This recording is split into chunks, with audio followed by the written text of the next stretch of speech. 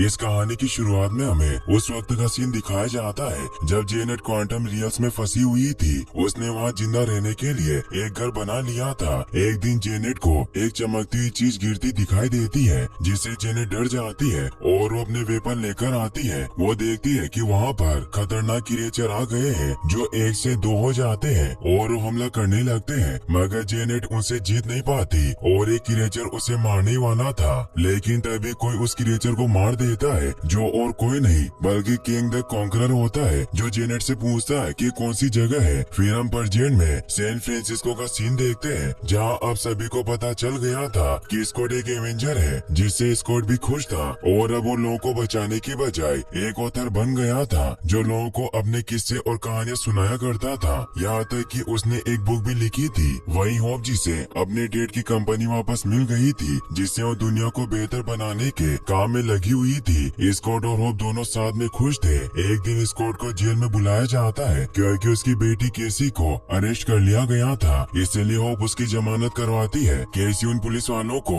उनकी गाड़ी वापस कर देती है जो उसने पिंप पार्टिकल से छोटी कर दी थी। इससे स्कॉट घर जाते वक्त केसी पर गुस्सा करता है तो केसी उसे बताती है कि वो पुलिस वाले बेघरों के टेंट हटा रहे थे। तो स्कॉट उसे कहता है कि मैं तुम्हारी बात समझता हूँ, लेकिन मदद करने के दूसरे भी तरीके होते हैं। मैंने तुम्हारी माँ को प्रॉमिस किया था कि तुम पिंप पार्टिकल का इस्तेमाल सिर्फ हमारे सामने करोगी। फिर वो घर पहुँच जाते हैं जहाँ हिंक, जेनेट और बाकी सभी साथ में डिनर करते हैं। केसी अपने डेट से कहती है कि हमें साथ मिलकर लोगों की मदद करनी चाहिए। माना आपने पहले दुनिया बचाई थी, लेकिन अभी आप कुछ नहीं कर रहे हैं। तो स्कॉट केसी और हिंक से पूछता है कि आप दोनों क्या प्लान कर रहे हैं। तो हिंक बताते हैं कि हम चीटी साइंस पर काम कर रहे हैं और वो स्कॉट को कुछ चीटियों का प्रोजेक्ट दिखाते हैं जो अब बहुत ज्यादा एडवांस और डेवलप हो चुकी थी, इसीलिए अपने खुद के घर बना पा रही थी। केसी अपने डेट को बताती है कि जब आप क्वांटम रियल्स में 5 सालों के लिए फंसे रहे तो मैंने नानू के क्वांटम रियल्स के नोट्स पढ़ने शुरू किए। ये सुनकर जेनेट घबरा जाती है। वो उससे कहती है कि तुमने इस बारे में मुझे क्यों नहीं बताया। तो होप उनसे पूछती है कि मैंने आपसे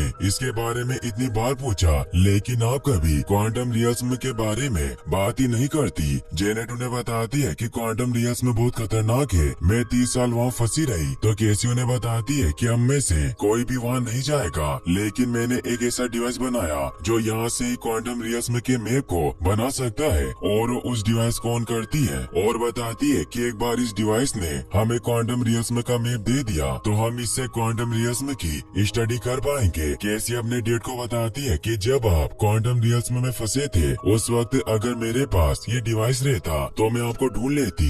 स्कॉट उससे कहता है कि मैं बहुत खुश हूँ कि तुमने डिवाइस बनाया, मगर ये काम कैसे करता है। तो केसी उन्हें बताती है कि ये डिवाइस सैटेलाइट की तरह है जो यहाँ से सिग्नल क्वांटम रियल्स में भेजता है और डेटा कलेक्ट करता है। जेनेट इससे काफी डर जाती है कि वो क्वांटम रियल्स में सिग्नल भेज रही है और वो गुस्से में उस डिवाइस को बंद करने के लिए उसके वायर को निकाल देती है। सभी इससे काफी हैरान होते हैं। जेनेट उन्हें कहती है कि मैं तुम्हें क्वांटम रियल्स के बारे में सब कुछ सच बताऊंगी, लेकिन तभी केसी का वो डिवाइस वापस से चालू हो जाता है जो वहाँ मौजूद सभी चीजों को अपने अंदर खींचने लगता है, जिससे वो एक एक करके सभी क्वांटम रियल्स में चले जाते हैं। उसमें वो इंटेलिजेंट चीटियां भी चली जाती हैं जो हैंक ने बनाई थी। जेनेट अपना सूट पहनकर अपने मॉम डेड को बचा लेती है। स्कॉट भी केसी को बचाने के लिए उसकी तरफ जाता है, मगर वो पत्थरों से टकराने वाले थे, इसीलिए वो सूट पहनकर अपना साइज बड़ा करके अपनी बेटी को बचा लेता है। मगर वो दोनों देखते हैं कि क्वांटम रियल्स में एक बहुत ही बड़ी और खूबसूरत जगह है। वहीं होप की जब आँख खुलती है तो उसे अपने डेड मिल जाते हैं, लेकिन उसे जेनेट कहीं नहीं दिखाई देती। वो उन्हें आवाज लगाती है, तभी वहाँ एक शिप आने लगता है, लेकिन तभी जेनेट वहाँ आकर उन दोनों को एक पेड़ के पीछे छिपा लेती है, जिससे वो शिप उन्हें नहीं ढूंढ पाता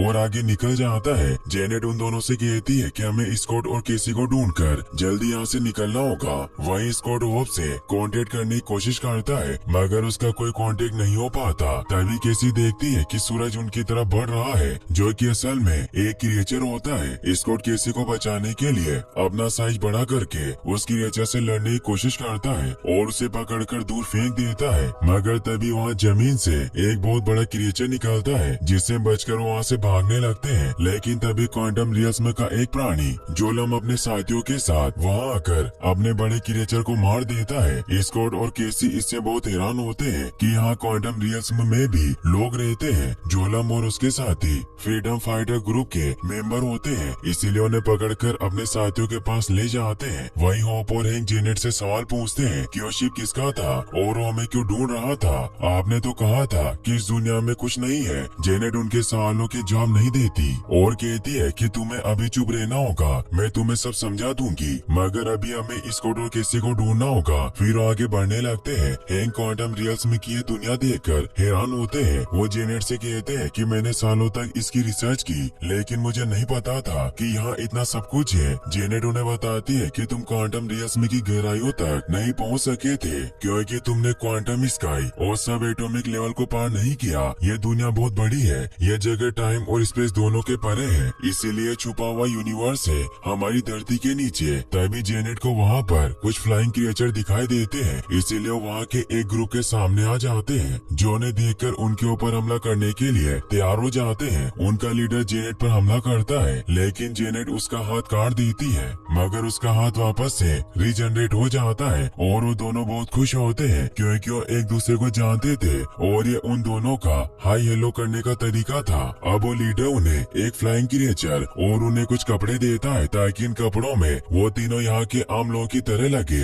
हैंक जेनेट से पूछते हैं कि हम इस चीज से कहाँ जा रहे हैं, तो जेनेट बताती है कि हम एक दोस्त से मिलने जाएंगे जो यही आसपास है और वो हमारी स्कॉट और केसी को ढूंढने में मदद करेगा। वही स्कॉट को उन फ्रीडम फाइटर लोगों की बातें समझ नहीं आ रही थी, इसीलिए वो केसी और स्कॉट को एक रेड लिक्विड पिलाते हैं जिन्हें वो लोग फूस कहते थे, जिससे स्कॉट उन सभी लोगों की बातें समझ पा रहा था। वेब नाम का प्राणी स्कॉट को बताता है कि तुमने जो अभी लिक्विड पिया वो मेरा ही द्रव था। तभी वहाँ कुआज आ जाता है जो भी फ्रीडम फाइटर्स का ही मेंबर था और उसके पास टेलीपैथिक पावर थी जिसकी मदद से वो किसी का भी दिमाग पढ़ सकता था।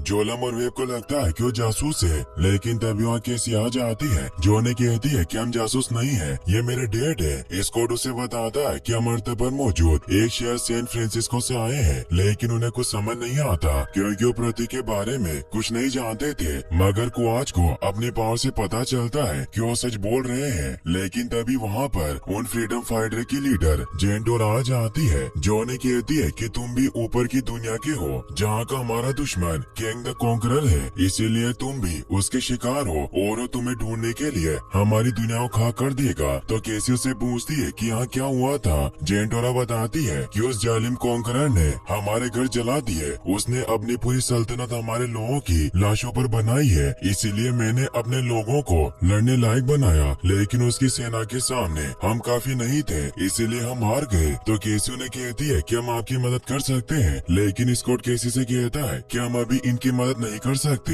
हमें जेनेट और बाकी सभी को ढूंढना होगा। जेनेट का नाम सुनकर जेंटोरा हैरान हो जाती है, वो उसे कहती है कि उसे यहाँ नहीं होना चाहिए था। वही हम होप, जेनेट और हैंक को देखते हैं जो उस क्रिएचर पर सवार होकर जेनेट के दोस्त से मिलने के लिए क्वांटम रियल्स में की एक सिटी में पहुँच जाते हैं, जहाँ होप और हैंक को अजीब अजीब प्राणी दिखाई देते हैं। फिर जेनेट उन्हें एक सीक्रेट जगह पर लेकर जाती है जहाँ एक बार था, वो उन दोनों को पूछ पिलाती है, जिससे अब होप और हैंक भी वहाँ के लोगों की बात समझने लगते हैं। तभी वहाँ क्राइलर भी अपना शिप लेकर आ जाता है जो जेनेट का दोस्त था, और अब वो क्वांटम रियल्स के एक शहर एक्सिया का गवर्नर बन चुका था। जेनेट हैंक और होप को बताती है कि मैं और क्राइलर फ्रीडम ग्रुप में थे और हमने कांग के खिलाफ विद्रोह किया क्योंकि उसने काफी लोगों के घर उजाड़े थे। जेनेट क्राइलर से कहती है कि हमें तुम्हारी मदद चाहिए, हम अपने दोस्तों को ढूंढ रहे हैं। तभी वहाँ कांग के सैनिक आने लगते हैं। ये देखकर जेनेट समझ जाती है कि क्राइलर भी गैंग के साथ मिल गया है। क्राइलर उन तीनों कहता है कि तुम सभी को गैंग के पास चलना होगा और तुम्हारे दो साथियों को भी गैंग जल्दी पकड़ लेगा क्योंकि उसने उसके सबसे खतरनाक हथियार मोडो को उन्हें पकड़ने भेजा है, जो ना तो मशीन है ना ही इंसान। जेनेट क्राइलर से कहती है कि तुम पहले ऐसे नहीं थे, तो क्राइलर कहता है कि गैंग सबको मना ही लेता है, इसलिए अब हम सभी को उसके पास चलना चाहिए। लेकिन तभी होप उन सभी पर हमला कर देती है, जिसमें जेनेट भी उसकी मदद करती है। हैंक भी शूटर से उन्हें मारने लग जाते हैं और अब वो एक एक करके सभी को खत्म कर देते हैं। हैंक एक क्रिएचर को बढ़ा कर देते हैं और वो अब शिप लेकर वहाँ से निकल जाते हैं। वहीं जेंटोरा स्कॉट और केसी को बताती है कि तुम दोनों को यहाँ से जल्दी निकलना होगा, क्योंकि अगर तुम जेनेट को ढूंढ रहे हो तो किंग तुम्हें ढूंढ रहा होगा। तभी वो देखते हैं कि किंग के शिप उनकी तरफ आ रहे होते हैं, इसीलिए वो सभी वहाँ से निकलने लगते हैं। वो सभी शिप उन पर फायरिंग करने लग जाते हैं और वहाँ के लोगों को मारने लगते हैं, इसीलिए फ्रीडम फाइटर्स भी उनसे लड़ने लग जाते हैं। मगर स्कॉट उनसे नहीं लड़ रहा होता और वो केसी को बचाकर भाग रहा था। तभी किंग के लोग जोलम को पकड़ लेते हैं, लेकिन जेंटोरा उन्हें मारकर जोलम को छुड़ा लेती है और उसे लोगों को बचाकर निकल जाने को कहती है। मगर तभी जेंटोरा को किंग के सिपाही पकड़ लेते हैं, लेकिन अब केसी भी उन्हें बचाने जाती है, क्योंकि उसके पास भी एक एंटमैन सूट था, मगर उसे इसका इस्तेमाल सही से करना नहीं आता था। इसीलिए वो किंग का आदमी केसी को मारने लगता है, लेकिन स्कॉट उसे बचा लेता है और अब वो दोनों जेंटोरा के पास आ जाते हैं। लेकिन तभी वहाँ मोडोक आ जाता है, इसीलिए सभी भागने लगते हैं। जेंटोरा को भी अब वो लोग पकड़ लेते हैं। मोडोक स्कॉट और केसी के सामने आ जाता है। मोडोक उन्हें कहता है कि मैं तुम्हें कब से पकड़ना चाहता था और उसे अपना फेस दिखाता है, जो कि असल में डेरेन होता है, जिसने अब केसी को मारने की कोशिश की थी। तो स्कॉट ने उसे यहाँ क्वांटम फील्ड में भेज दिया था। स्कॉट उससे पूछता है कि तुम अभी तक जिंदा कैसे हो, तो डेरेन उसे बताता है कि तुमने तो मुझे यहाँ मरने के लिए छोड़ दिया था, लेकिन किंग ने मेरी मदद की और मुझे अल्टीमेट हथियार बनाया और अब उसे तुम्हारी जरूरत है। वही शिप में होप और हैंक जेनेट से पूछते हैं कि किंग कौन है और आप उससे इतना क्यों डर रही हो। तो जेनेट उन्हें बताती है कि मैं अकेली नहीं थी जो क्वांटम रियल्स में फंसी थी। एक दिन मेरे पास किंग का शिप क्रैश हुआ। उसने मुझे बताया कि वो ट्रेवलर है जो दूसरी दुनिया से यहाँ आया है, इसीलिए मैंने उसकी मदद की। उसने मुझे बताया कि उसके पास एक शिप है जिससे मल्टीवर्स यानी दूसरे आयामों में ट्रेवल किया जा सकता है। मुझे पहले इस बात पर यकीन नहीं हुआ, मगर वो सच कह रहा था। लेकिन वो शिप खराब हो चुका था, उसका कोर डैमेज हो गया था। उसने मुझे कहा कि अगर ये शिप सही हो गया तो हम अपने अपने घर वापस जा सकते थे। इसीलिए हम दोनों उस शिप के एनर्जी कोर को रिचार्ज करने के काम पर लग गए और सालों की कोशिश के बाद हमने उस एनर्जी कोर को पहले की तरह ही बना दिया। मगर वो शिप न्यूरोकाइनेटिक होने की वजह से किंग से जुड़ा हुआ था, इसीलिए जब मैंने उस शिप को छुआ तो मैंने उसका दिमाग पढ़ा, जिसमें मैंने देखा कि उसने बहुत पाप किए थे। लाखों मासूमों को मारा, उनके घर बर्बाद कर दिए, समय रेखा से छेड़छाड़ की और लाखों लोगों का अस्तित्व खत्म कर दिया। जिससे मुझे पता चला कि वो यहाँ भटक कर नहीं पहुँचा था, बल्कि उसे उसकी दुनिया से बेदखल करके क्वांटम रियल्स में भेज दिया था ताकि वो हमेशा के लिए कैद हो जाए। इसीलिए उसका शिप खराब था, मगर मैंने उसका शिप सही कर दिया था और मेरी वजह से लाखों लोगों की जिंदगियां खतरे में थी। किंग ने मुझसे कहा कि वक्त उसकी मुट्ठी में है और वो मुझे यहाँ से बाहर वापस अपने घर भेज देगा, लेकिन मुझे लाखों लोगों की जिंदगियों के बदले ये मंजूर नहीं था। इसलिए मैंने उस एनर्जी कोर को वापस निकाल लिया। किंग ने मुझे रोकने की कोशिश की और वो बहुत ताकतवर था, इसीलिए मैंने उस कोर को रिंग की मदद से बहुत बड़ा कर दिया। लेकिन इससे किंग को और ज्यादा पावर मिली, मगर हम दोनों हमेशा हमेशा के लिए यही फंस गए। लेकिन उसने इस बात का भी फायदा उठाया और यहाँ क्वांटम रियल्स के लोगों को भी मारना शुरू किया और अपना एक साम्राज्य बनाया, क्योंकि उसके पास बहुत एडवांस टेक्नोलॉजी और हथियार थे जिनका मुकाबला कोई नहीं कर सकता था। इसीलिए मैं सालों तक उसके खिलाफ लड़ी, छिपती रही। फिर हैंक ने मुझे बचा लिया, लेकिन मैंने ठीक नहीं किया, क्योंकि मैंने यहाँ एक शैतान को खुला छोड़ दिया था। हैंक उसे कहते हैं कि तुमने ये सब जानबूझकर नहीं किया। जेनेट बताती है कि मैं सब भूलना चाहती थी, इसीलिए मैंने तुम्हें इस बारे में कुछ नहीं बताया। होप अपनी मोम से कहती है कि पहले आप अकेली थी, अब हम साथ हैं, इसीलिए हम उसे मिलकर रोकेंगे। और अब वो उस एनर्जी कोर की तरफ बढ़ने लगते हैं, क्योंकि उन्हें पता था कि किंग उस एनर्जी कोर को हासिल करने के लिए स्कॉट को वहीं भेजेगा। वही स्कॉट और केसी किंग की जेल में कैद होते हैं। किंग उनके पास आता है, वो स्कॉट को कहता है कि मैं तुम्हारी बेटी को मार दूंगा अगर तुम मुझे वो नहीं लाकर दोगे जो मुझे चाहिए, क्योंकि मेरा यहाँ से बाहर निकलना बहुत जरूरी है। मुझे सब कुछ खत्म करना है। मेरी जिंदगी वक्त की मोहताज नहीं है, बल्कि वक्त मेरी मुट्ठी में है। इसीलिए मेरे वेरिएंट्स ने मुझे यहाँ फंसाया, क्योंकि वो मुझसे डरते थे। इसलिए मैं यहाँ से निकलकर उनसे बदला लूंगा। स्कॉट समझ जाता है कि किंग के इरादे नेक नहीं है, इसीलिए उसकी मदद करने से मना कर देता है। तो किंग उसकी बेटी केसी को टॉर्चर करने लग जाता है। ये देखकर स्कॉट उसकी मदद करने को मान जाता है। तो किंग एक पोर्टल खोलकर उसे एनर्जी कोर के पास ले आता है, जिसकी साइज काफी ज्यादा बड़ी थी। किंग उसे बताता है कि इसी चीज की मदद से मैं स्पेस और टाइम में घूम सकता था, लेकिन जेनेट ने इसे बड़ा कर दिया और समय से इसका कंट्रोल हटा दिया। मोडोक स्कॉट को बताता है कि तुम्हें इस एनर्जी कोर को छोटा करने के लिए इसके सेंटर में जाना होगा, लेकिन ये काम तुम्हें बहुत जल्दी करना है क्योंकि तुम जितनी देर अंदर रहोगे तुम्हें उतने ही भ्रम होंगे। फिर वो अपनी बेटी से मिलकर जल्दी से अंदर चला जाता है और छोटा होकर उस एनर्जी कोर तक पहुंच जाता है, मगर तभी उसके दो रूप बन जाते हैं क्योंकि वो संभावनाओं के बाउंडर में फंस चुका था। इसीलिए उसके एक से अनेक रूप बनने लगते हैं जो संभावनाएं उसने अभी तक जी थी, क्योंकि इसमें उसकी बास्केट रॉबिन्सन वाली संभावना भी होती है। जब वो वहाँ पर नौकरी करता था वो सभी उस कोर को पाने के लिए आगे बढ़ते हैं, लेकिन एक एक करके सभी मारे जाते हैं। वही होप को भी इस कोड के सिग्नल मिलने लगते हैं, इसीलिए वो भी उसके पास जाने लगती है, मगर उसकी भी वहाँ संभावनाएं क्रिएट होने लगती है। जेनेट उसे कहती है कि तुम्हें उन सभी पर ध्यान नहीं देना चाहिए, वो तुम्हारी संभावनाएं हैं। वही स्कॉट अपनी सभी संभावनाओं में घिर जाता है, मगर तभी केसी उससे बात करती है। वो उसका हौसला बढ़ाती है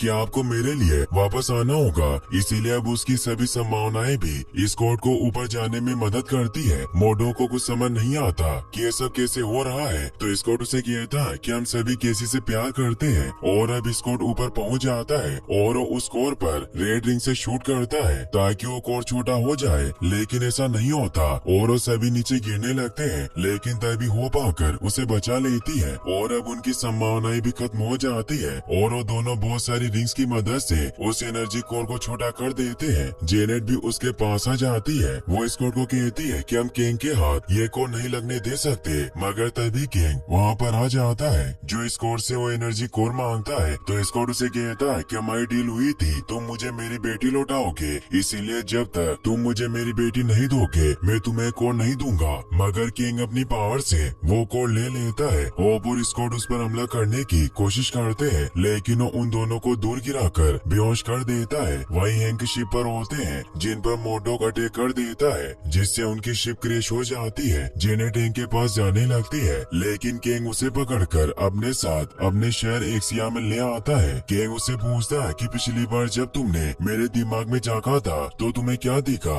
जेनेट उसे बताती है कि तुम एक शैतान हो, मगर तुम खुद को भगवान समझते हो। तो किंग उसे बताता है कि पूरे मल्टीवर्स में मेरे कई सारे वेरिएंट्स हैं जो हमेशा वक्त के साथ खेलते रहे, पर मैंने देखा कि इन सभी की वजह से मल्टीवर्स बर्बाद हो रहा था, इसीलिए मैं उन सभी दुनियाओं को बर्बाद कर दूंगा जो मेरे लिए खतरा है, क्योंकि एक कॉन्करर का काम है एक लाचार दुनिया को मिटाकर नई दुनिया बनाना। जेनेट उसे बताती है कि तुम लाखों मासूमों को मार दोगे अपना बदला लेने के लिए। तो किंग कहता है कि ये मेरे लिए बहुत छोटी कीमत है। वही हम हैंक को देखते हैं जिन्हें चींटियां बचा लेती है और होप और स्कॉट के पास आ जाते हैं। स्कॉट उनसे पूछता है कि क्या है वही एंड फॉर्म वाली चींटियां है जो हमारे साथ यहाँ आ गई थी, मगर आपने इन्हें कैसे ढूंढा। तो हैंक बताते हैं कि जब से हम यहाँ आए हैं मुझे चींटियों के अजीब से सिग्नल मिल रहे थे, मगर मुझे लगा कि ईएमपी कम्युनिकेशन डिवाइस खराब हो गया होगा, लेकिन ऐसा नहीं था, बल्कि वो चींटियां थी जो यहाँ आते हुए किसी टाइम चेंजिंग फील्ड से होकर गुजरी, जिसकी वजह से ये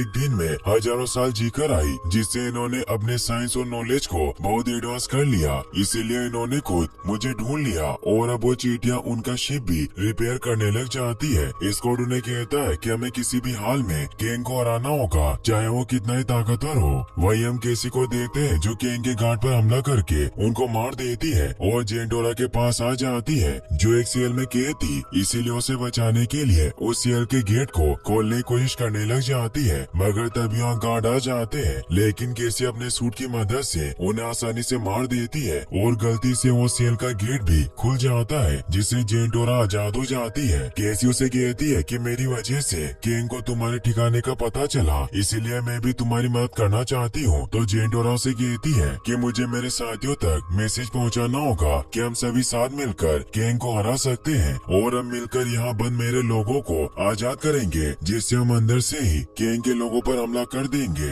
वही किंग लाइव आकर अपनी पूरी आर्मी को अपना मैसेज दे रहा होता है कि मैं तुम सभी के साथ मिलकर उन सभी लोगों से बदला लूंगा जिन्होंने मुझे बेदखल किया, और फिर हम एक एक करके पूरे अनंत काल को जीत लेंगे। मगर तभी केसी उसके लाइव शो को हैक करके खुद लाइव आ जाती है और वो सभी को मैसेज देती है कि मैं जेंटोरा के साथ टावर में हूँ और अगर हम सभी साथ लड़े तो किंग को हराना नामुमकिन नहीं है। सभी लोग उसके इस मैसेज को सुन पा रहे थे, इसीलिए सभी का हौसला बढ़ाती है कि आपको लगता होगा कि हम किंग को नहीं हरा सकते, उसकी सेना बहुत पावरफुल है, लेकिन ऐसा नहीं है क्योंकि एक चींटी भी हाथी को मार सकती है। ये बात मेरे डैड ने कही थी और अगर वो यहाँ होते तो वो कभी हार नहीं मानते। स्कॉट, होप और जेनेट भी उसका मैसेज देख रहे होते हैं और उन्हें उसकी लोकेशन का पता चल जाता है, इसीलिए वहाँ जाने के लिए निकल जाते हैं। वही किंग इससे गुस्सा होकर मोडो को केसी को मारने भेजता है। केसी जेंटोरा के साथ मिलकर उसके साथियों को आजाद करवा रही होती है, तभी वहाँ मोडोक आ जाता है, इसीलिए केसी उसका ध्यान भटकाने के लिए बाहर चली जाती है, मगर मोडोक भी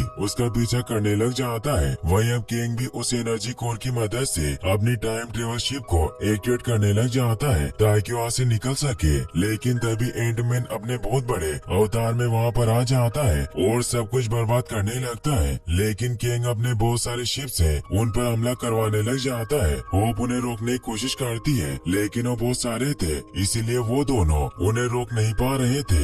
लेकिन तभी वहाँ जेंटोरा के साथी आ जाते हैं जो भी किंग के लोगों को मारने लगते हैं। ये देखकर किंग अपने शिप को एक्टिवेट करने लग जाता है। ये देखकर स्कॉट उसे रोकने के लिए आगे बढ़ता है। वो एक बिल्डिंग से खुद को प्रोटेक्ट करता है और वो किंग के प्रोटेक्टिव शील्ड को तोड़ने की कोशिश करता है, मगर ऐसा नहीं कर पाता और दूर गिर जाता है। कैसी भी ये सब देख लेती है और अपने डेड को बचाने जाने लगती है, लेकिन तभी मोडोक उसका रास्ता रोक लेता है। ये देखकर केसी अपना साइज बढ़ाकर लेती है और मोडोक को बहुत बुरी तरीके से मारती है। डेरेन केसी को कहता है कि मैं चंपू हूँ, मुझे कुछ समझ नहीं आता कि मैं क्या करूँ। तो केसी उसे कहती है कि तुम हमारा साथ दे सकते हो, क्योंकि अगर सुबह का भूला शाम को घर आ सकता है। ये कहकर अपने डेट की तरफ बढ़ने लगती है और स्कॉट से कहती है कि हमें किसी भी तरह किंग को रोकना है, इसीलिए वो जोर से स्कॉट को उस शिप की तरफ फेंकती है और स्कॉट अपना साइज बड़ा करके उस शिप की एक रिंग को तोड़ देता है, जिससे वो शिप टूटकर बंद हो जाती है। अब केसी भी अपने डेट के पास पहुंच जाती है और वो दोनों एक दूसरे से मिलकर बहुत खुश होते हैं। किंग देखता है कि उसका एनर्जी कोर बंद हो चुका है, तो गुस्से में जेंटोरा के सभी लोगों को मारने लग जाता है। जेंटोरा किंग पर वार करती है, लेकिन उसके वार को रोक लेता है। जोलम उस पर अपनी एनर्जी प्रोजेक्शन पावर से वार करता है, लेकिन किंग उसे उसके पावर से मार देता है। इससे अब जेंटोरा के लोग हार मान लेते हैं और वो सभी वहाँ से भागने लगते हैं। होप, स्कॉट और केसी किंग के सामने आ जाते हैं और उस पर हमला करने लगते हैं, लेकिन किंग बहुत पावरफुल था, इसीलिए उन तीनों के हमले से भी उसे कुछ नहीं होता। किंग उन सभी से कहता है कि तुम जैसे बहुत से एवेंजर को मैंने मार दिया है, इसीलिए तुम मुझे हरा नहीं सकते, तुम लोग चींटियों से खेलते हो। तभी वहाँ हैंक अपनी चींटियों की पूरी आर्मी लेकर आ जाते हैं, जिनकी संख्या बहुत ज्यादा थी, इसीलिए वो बहुत आसानी से किंग के लोगों को मारने लग जाती है। किंग खुद को एक शील्ड से प्रोटेक्ट कर लेता है, जिसे चींटियां तोड़ नहीं पा रही थी, मगर तभी डेरेन आकर उस शील्ड को तोड़ देता है, क्योंकि अब उसे एहसास हो गया था कि वो किंग का साथ देकर गलत कर रहा है। अब वो चींटियां किंग को बुरी तरीके से मारने लग जाती है। डेरेन की हालत अब काफी खराब हो चुकी थी। वो केसी से कहता है कि मैंने तुम्हारे कहने पर बुराई छोड़ दी। वो स्कॉट से कहता है कि मैंने तुम्हें हमेशा अपना भाई माना। इससे स्कॉट को बहुत हैरानी होती है। डेरेन कहता है कि मैं मरा तो एक एवेंजर की तरह। ये कहते हुए वो अपना दम तोड़ देता है। तभी जेनेट हैंक से कांटेक्ट करती है। वो उन्हें बताती है कि हमारे पास ज्यादा वक्त नहीं है, हमें अभी वापस घर लौटना होगा। वो उन सभी को टावर पर बुलाती है और एनर्जी कोर की मदद से अर्थ के लिए एक पोर्टल खोल देती है। अब हैंक और बाकी सभी चींटियों पर बैठकर वहाँ पर आ जाते हैं और वो जेसी के डिवाइस की मदद से वापस घर में पहुँच जाते हैं, मगर स्कॉट जैसे अंदर जाने वाला था, किंग वहाँ पर आ जाता है जो उसे दूर गिरा देता है। जेसी से काफी डर जाती है। किंग उस पोर्टल की तरफ भागता है ताकि वो क्वांटम रियल्स से निकल सके, लेकिन स्कॉट उसे रोक देता है, जिससे किंग स्कॉट को बहुत मारता है और उसका हेलमेट भी तोड़ देता है। किंग वापस उस पर हमला करता है। स्कॉट उससे नहीं जीत पाता, मगर वो किंग से कहता है कि मैं तुम्हें यहाँ से बाहर नहीं जाने दूंगा, इसीलिए वो दोबारा खड़ा होकर उससे लड़ने लग जाता है। किंग उसे कहता है कि तुम मुझसे नहीं जीत सकते, तो स्कॉट उसे कहता है कि भले ही मैं तुमसे हार जाऊं, मगर मैं तुम्हें जीतने नहीं दूंगा। और वो बहुत सारी बड़ी और छोटी करने वाली रिंग को उस एनर्जी कोर में डाल देता है। ये देखकर किंग उस पोर्टल की तरफ भागने लगता है, लेकिन तभी पोर्टल से होप आ जाती है जो उसे रोक देती है और उस पर लगातार शूट करती रहती है, जिससे किंग उस एनर्जी कोर के पास चला जाता है और उसके अंदर समा जाता है, जिससे एक धमाका होता है और वो पोर्टल भी बंद हो जाता है। होप पर स्कॉट को लगता है कि वो यहीं फंस गए हैं। वो देखते हैं कि जेंटोना के लोग अब बहुत खुश हैं, मगर तभी केसी उनके लिए पोर्टल खोल देती है। फिर हम देखते हैं कि स्कॉट अपनी नॉर्मल लाइफ वापस से जीने लग जाता है और वो सभी साथ में केसी का बर्थडे मनाते हैं और यहीं पर ये मूवी एंड हो जाती है। फिर हमें इसके पोस्ट क्रेडिट सीन को दिखाया जाता है जिसमें हम केंग के कई सारे वेरिएंट्स को देखते हैं जो क्वांटम रियल्स में वाले केंग की मौत से बहुत खुश होते हैं और अपने मल्टीवर्स विद्रोह की योजना बनाने लगते हैं। फिर हम इसके एंड क्रेडिट सीन में लोकी और मोबियस को देखते हैं जो 1920 के टाइम के एक किंग वेरिएंट को देखते हैं जिसका नाम विक्टर टाइमली था और ये मूवी यहीं पर फाइनली एंड हो